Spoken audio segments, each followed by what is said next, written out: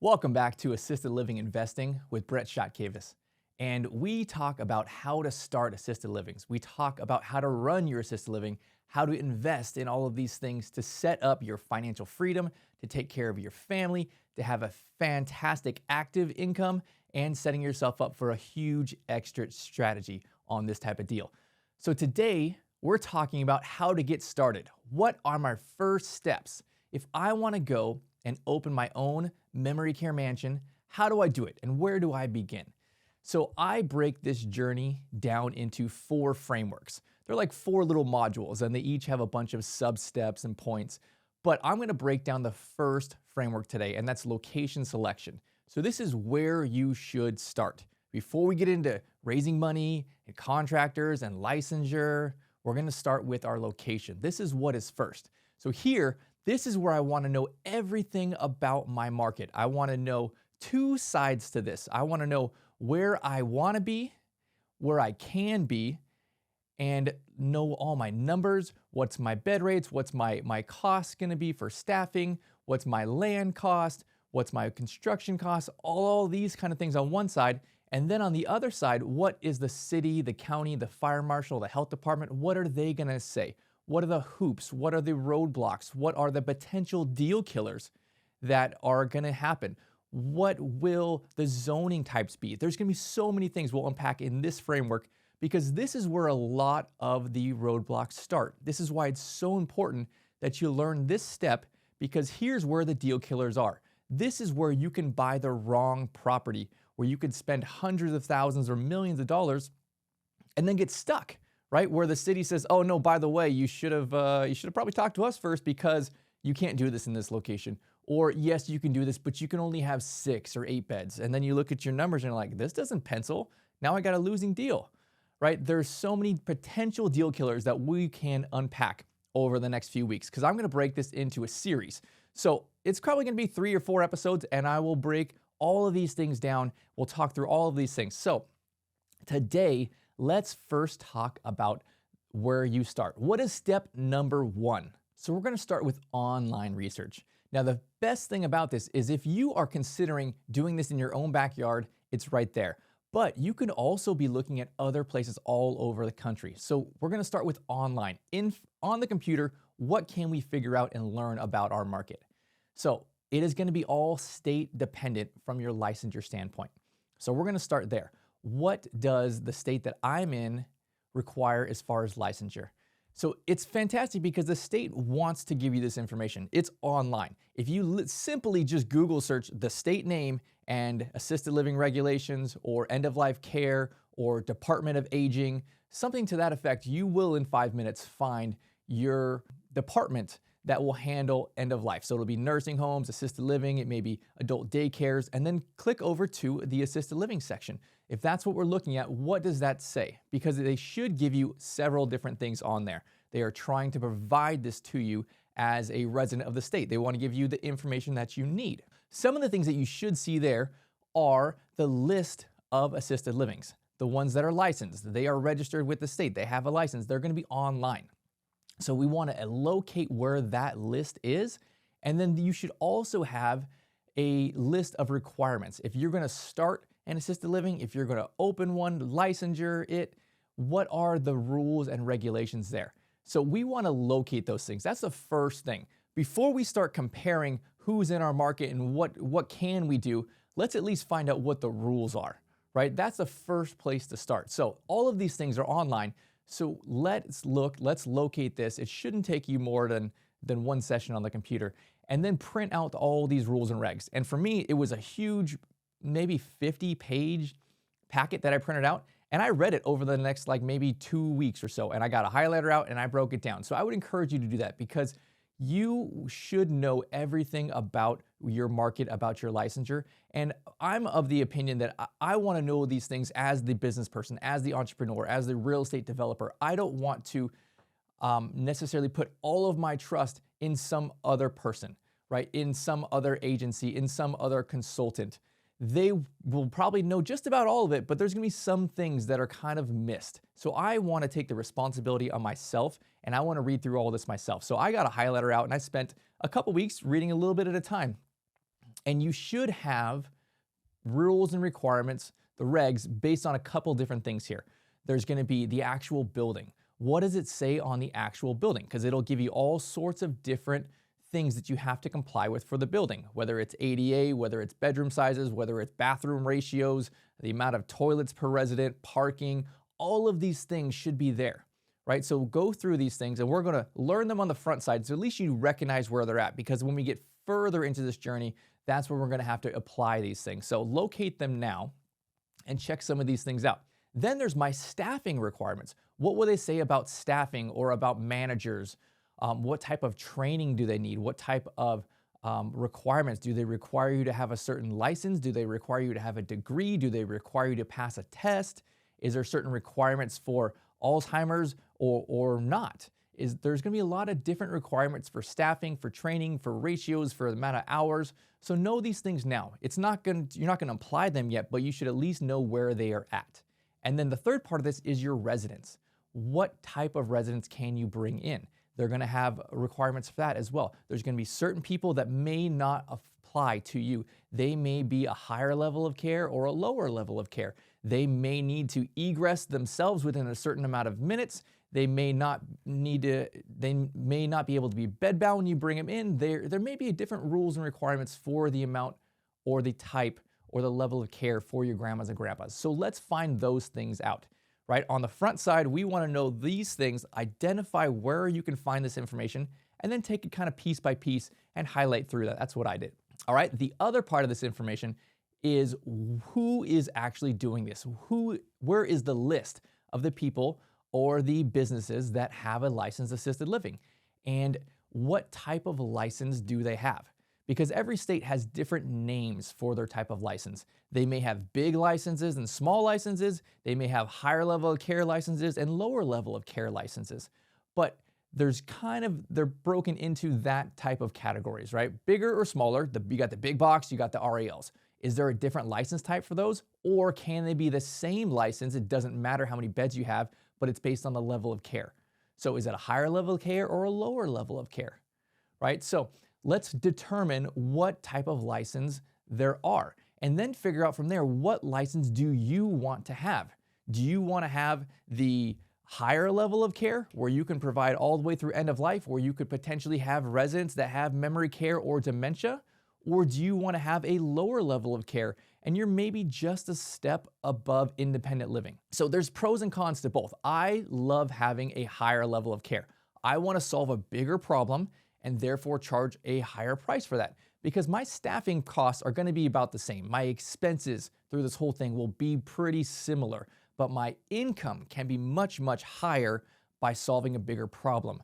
That means I am taking care of people, grandmas and grandpas at the end of life who have a bigger problem, so now it's a higher level of care. So that's what I like. Determine if there is a license type for a higher level of care versus a lower. And then is there a license type for your size, for the amount of beds that you have? Sometimes there is, and sometimes there's not, but I want to have the right amount of beds for me. I don't want to be stuck with a 6 or an 8 or a 10 if when I do my numbers, it doesn't pencil out. For me, my favorite bed size is 16.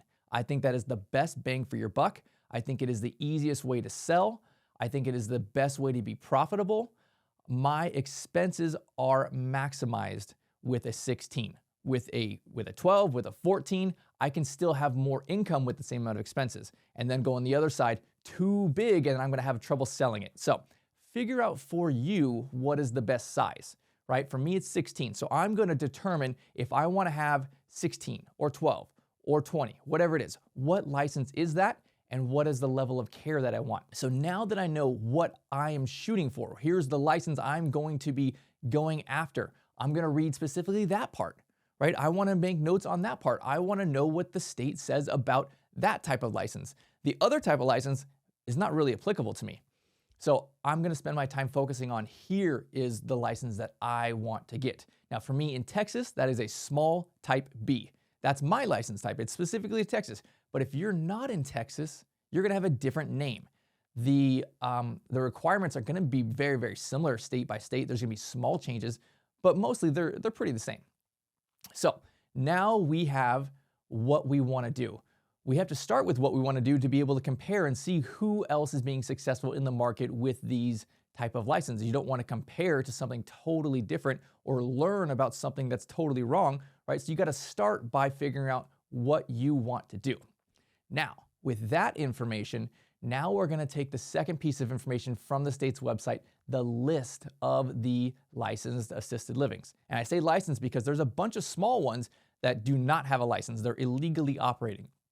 We're not necessarily want to compare ourselves to that, right? Because you don't want to have an illegal assisted living.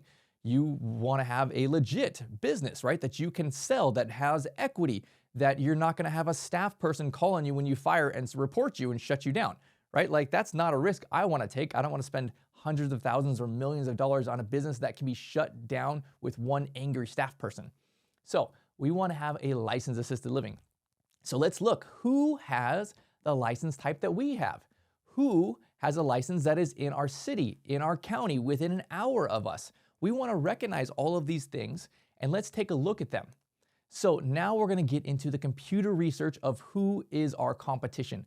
I want to know who is around me, what they are doing, and are they doing it well? So by just using the computer, there are a few things that I can find out, right? I can look up their website, I can look up their reviews, their Google reviews, their social media, maybe their Facebook pages or Instagram, maybe they have a YouTube account. I want to start doing my online research on who my competition is because I want to identify who is doing awesome, and I want to go and I want to figure out what's their secret sauce. What are they doing that is so successful? And I want to emulate what is working. And then I also want to identify who is doing a bad job, right? You can tell who's doing a bad job by their social media, by their website. It's pretty clear when you start looking at these. So you're going to start by just going through this list, and I copied it into an Excel sheet and I started making notes on these things. Who are the assisted livings that are near me? And I started with the same license type. Now I did go through all of them as I'm looking at them, the different license types also, but I'm going to start with the lowest hanging fruit, which is the people who have the same license type that I'm trying to get. And I went on their website and you will see who is the big box, whether the big box or small. There's so many stock cookie cutter websites out there, literally stock photos, and it just looks terrible. You go to like Brookdale's website and things like that, and like it's just like, oh, there's a fake grandma and grandpa. Like these people are 65 smiling. Like they are not my resident, right? My residents are 95. They look nothing like this person. And you can tell these like fake looking websites, and they all look the same and they're terrible, right? And you can imagine like that as you are looking at this, the daughter, the family, the wife, the husband, they're also looking at these websites and choosing who they're going to call. So from that perspective, you're starting your market research. You're seeing who's got a great website, because there's going to be some of these that are just all stars, right? And you'll get there as we talk about secret shopping and going and doing in-person research. When you get to these facilities, you're like, man, these people are killing it. They got a gorgeous product. They have great care. They have a huge wait list, right? So we're trying to figure out all of these things about our competition. So starting with that website, what does it look like? Who is doing great? And make note of those on their website. Who has a great website? And you want to make note of that so that you can come back later and you can say, hey, website designer, here's an example of what I like. You know, I like this. Check out our website, platinumresortassistedliving.com. Check it out. I think it's a great website. It is not, we're on maybe our second or third round of revisions on it. It's not perfect yet. I have a better vision for what it can be, but it's a really great website compared to most of these other cookie cutter ones out there. So websites, social media, right? Like we focus very heavily on Facebook because our avatar is an older person, right? I'm not talking about the 95-year-old resident. I'm talking about their daughter. Their daughter is usually the one who is Googling us, who's researching us, who is touring, right? They are 50 to 70 years old. They're on Facebook. They're not on TikTok. So we spend most of our attention on Facebook, but look at these appropriate social media presences that these companies have. And do they only do these like stock photos and they post once a month, right? That's horrible. Check out our Facebook, right? We post literally every single day. We have KPIs on posting every single day. And we have a system for what we post. So you can really see the heart, the culture, the love in a business on their social media.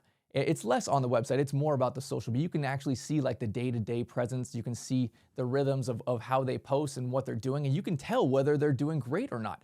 They have fun activities. They have smiling grandmas and grandpas. And if you are intrigued by it, that means the daughter, the family member, is also intrigued by it, and they are going to call them first. They're going to tour with them first. So it's important to recognize who is doing great and then who is just everyone else, because most people fall in the everyone else category. But who is doing great are going to identify them because I specifically want to walk through their building. I specifically want to talk to their manager and owner. I specifically want to find out what are they doing that is so great and is so working, because I'm going to copy those aspects of it and do it in my style. The third part of this, as you are going through the list, you've looked at their website, you've looked at their social media, now check their zoning. Okay, we're going to prep for when we go talk to the city and figure out the zoning part of this, but you literally have a list of all these assisted livings. You have their address. You can go on the city's website, the county's website, find a GIS mapping system, drop in that address, and let's start making a list of here's an assisted living, here's their zoning type. Here's another, here's their zoning type. And you'll see city by city, county by county, what zonings they are in. And then when you go talk to the city, which we'll talk about later, you can use this information to figure out where I can be and where I want to be as far as a zoning requirement, because you're going to see how many beds they have and what their zoning type is. So these are all vital pieces of information that you could do from your computer. You could literally search anywhere in the country. It doesn't have to be where you're at right now. So this is important because when Laura and I started our journey to figure this out, we were living in Southern California, and we knew we wanted to move our family already. We wanted our girls to grow up in a different place. So we were looking at Florida, we were looking at Texas, and we did all this research online from California.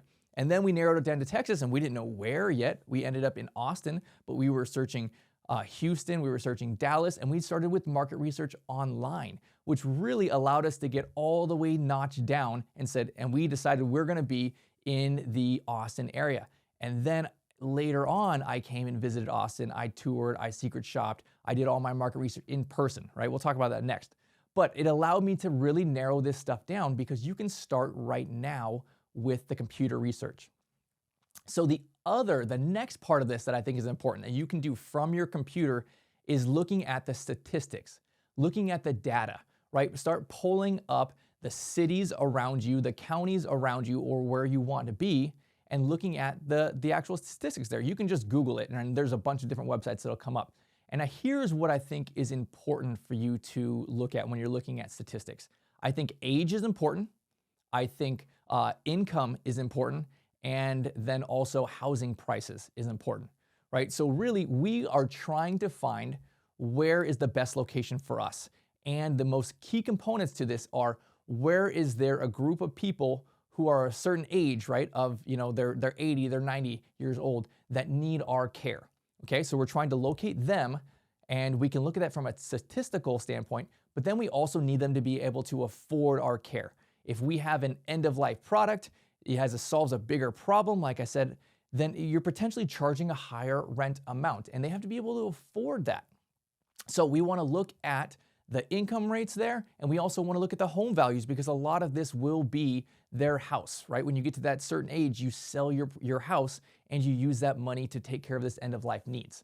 Now, it doesn't have to be, you're not looking for a bunch of like 85-year-old average population. You're never going to find a population that says like 85, right? It may say like 35, 38, 43, right? But really, we're trying to find a concentration of the family, of the daughter. Okay, when the grandma is 85 years old and needs additional care, and the daughter is living 2 hours away or in another state, mom is moving usually near the daughter, right? The daughter's not moving over to mom. Mom is moving near the daughter. So you want to find out, where is that young retirement population? Where is that population with income that is in their 50s, 60s, 70s? Those are the people you are trying to locate. Those are the people you're trying to be around. You're not trying to be around the 95-year-old people, right? The 95-year-old people will move to their children who are 30 years younger than them. So who's in their 50s, 60s, 70s? Those are the people I'm trying to locate. So as I'm looking at statistics, it's going to pull down to an average. But I think it's important that you look at this and you do it comparatively, meaning that if you just pick the city that you are in and you say, okay, I'm going to look at my average population, and it says 34.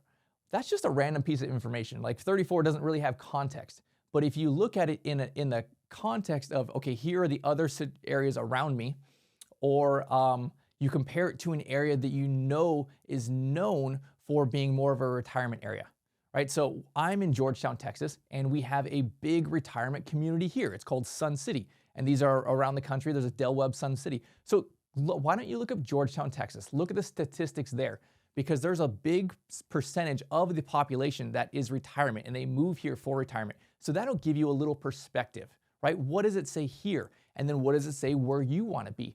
Or is there another area in your area that you can see, okay, here's where a lot of people go to retire. What do those numbers look like? What's that income there? What is that age there? And compare it to you relatively. So if you are looking and you're considering a specific city and it says the average population is 30 years old, but then you look at the city 20 minutes away and it says the average population is 42, well, there's something going on there, right?